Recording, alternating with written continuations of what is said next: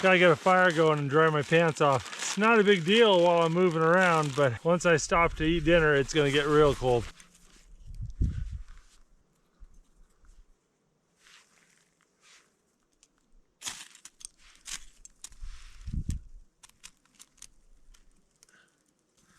Always gotta make sure to put your flint and steel away. It's so easy to get focused on the fire and then drop it in the snow and lose it.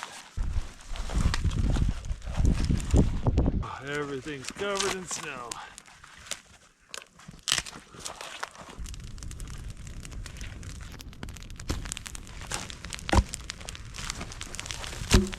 Everything's covered in ice and snow, so I put the firewood around the fire until it starts to catch. Then I put it out and stack it up next to the fire.